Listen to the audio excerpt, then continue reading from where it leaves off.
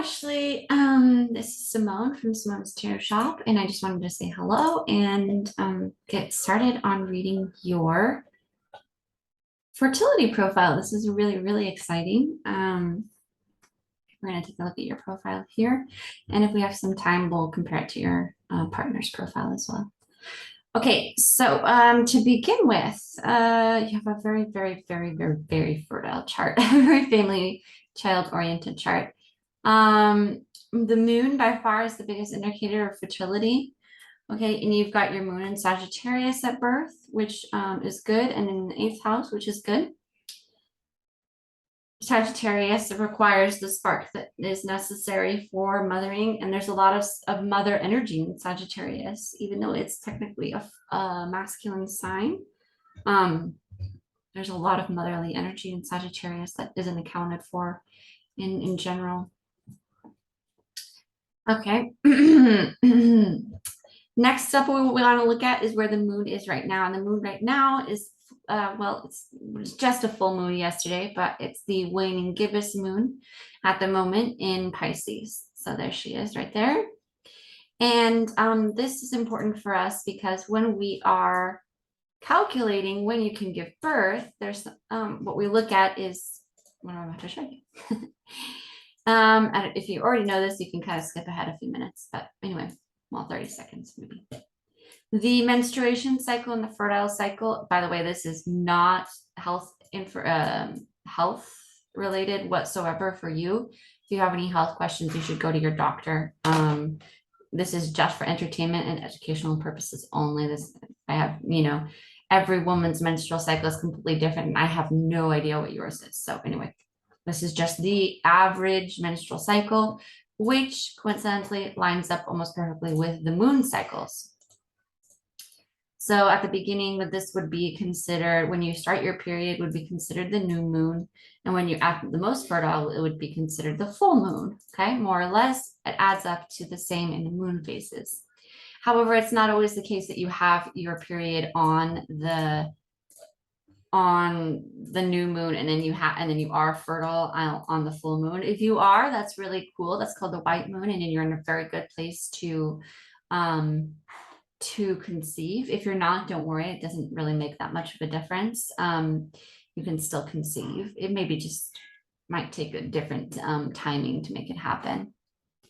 So what can we tell about the moon? At the new moon would be the beginning of your period cycle, and the full moon around here would be the days that you are fertile. So if you didn't notice already, we're looking at the month of your birth, August 1985, and the day of your birth, which was the 24th of August. And you've got a really nice moon placement. It's the waxing gibbous, so we're already past the first quarter and we are on our way to the full moon. So there's a lot of light in here, which indicates a good amount of fertility. So anything, if you are ovulating around this, the waxing gibbous, anything past the first quarter and into the full moon, you're likely to have a lot of success. So what you'll need to do is check your period calendar, figure out which days you're ovulating, and compare that to the moon. And if you're anywhere in I would say the second half of the cycle of the moon, so anywhere past the first quarter and up into the full moon, you're going to be really likely to conceive. So let's just imagine that you were on a white moon schedule, which means you would have started your period around August, whatever. This is considering if your periods are regular. If not, we'll talk about some other signs in your chart. But anyway, if you were with a white moon, you would be at your most fertile, just like yesterday and the day before and today, kind of a thing, for September. And if that were the case, then your baby's due date would be June 3rd, 2023. Okay. And so you would just have to take a look at that and figure out when you're most fertile, and then you can calculate your baby's birth date as far as that's concerned.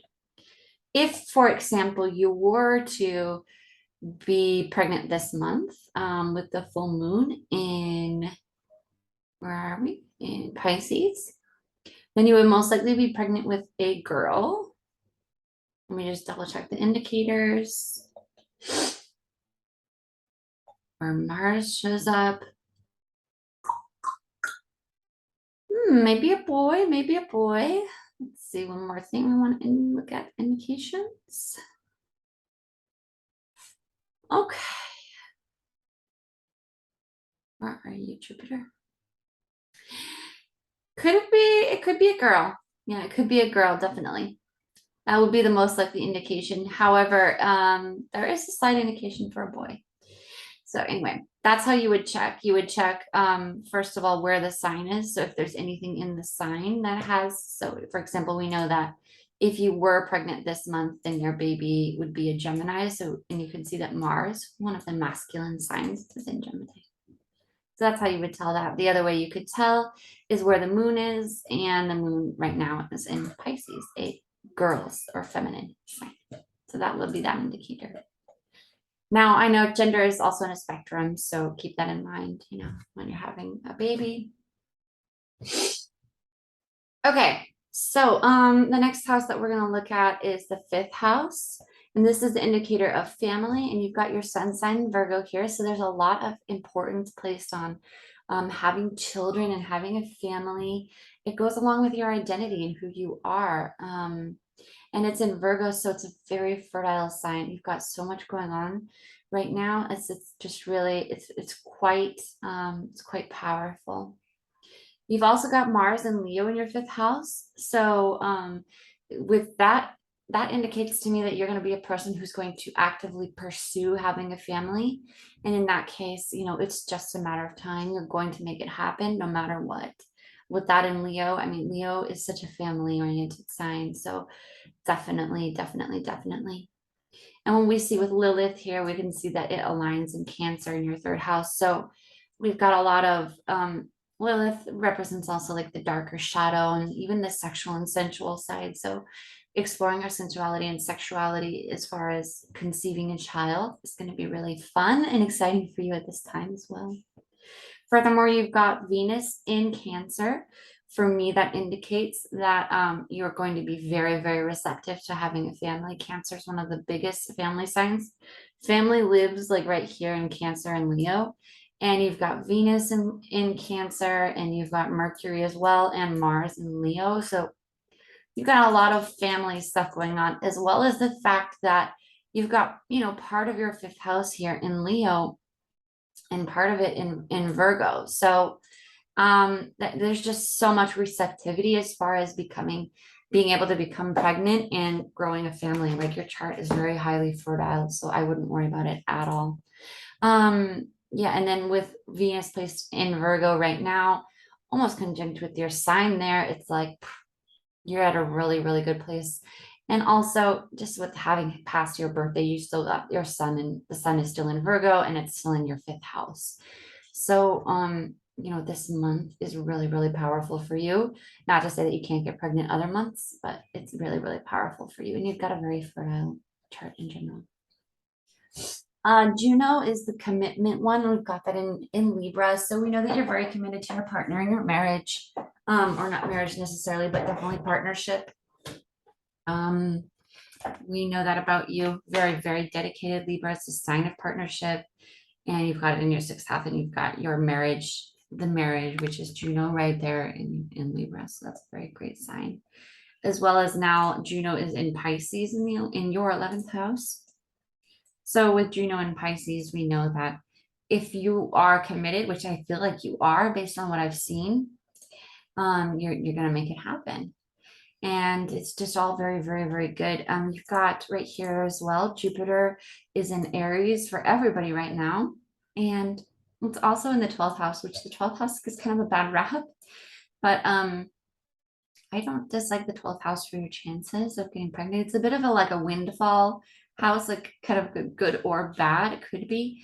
But I'm definitely seeing some indications that you should just be really receptive to this instead of, trying to go and go and go and go and go. I would play around with your sexuality and just be really allowing that feminine in and allowing that land to be seated, if you will. It's a terrible way to put it. Anyway, yeah, so that's about it for that part. Let's take a look at your partner's chart really quickly and see what we can find. Okay, so now I'm taking a look at Jonas's chart. We can see, whoa, he's got a really stacked fourth house and he's got a great fifth house. Okay, so you guys align really well. So he's got Mars in the fifth house, which means the masculine side of producing a family. So very, very good. And he's got that in Sagittarius. So yeah, probably very, very healthy as far as having a child. I'm sorry, I'm just looking at his fourth house. It's like literally stacked with things. That's hilarious. Yeah, lovely, really, really lovely placements.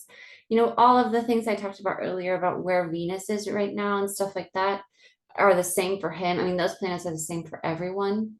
So those are really good for that.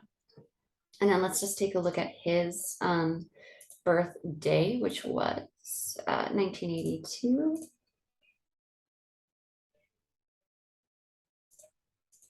And it was October. Okay. October 27th, 1982. Okay, wow. So he's actually got a very similar moon sign to you, which is great. It's like the same almost, really, actually.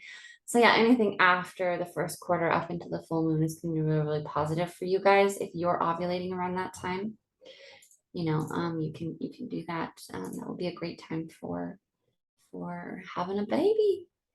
Also, just looking at your photo, you guys are adorable and you're going to make the cutest possible kids on this planet. So make sure you send me updates. And oh yeah, keep in mind, this is just for educational and entertainment purposes. So obviously talk to your doctor if you guys are going to be doing any kind of, you know, fertility treatments, or you have any more specific questions about the body and stuff like that. They'll be able to help you with that. That's their job. Okay, and yeah, if you have any questions about how to calculate that, just let me know. I've included a link to in the bio here, a free moon tracker calendar so you can track the moon and your ovulation as well and see how those line up for you. That's where you can download that.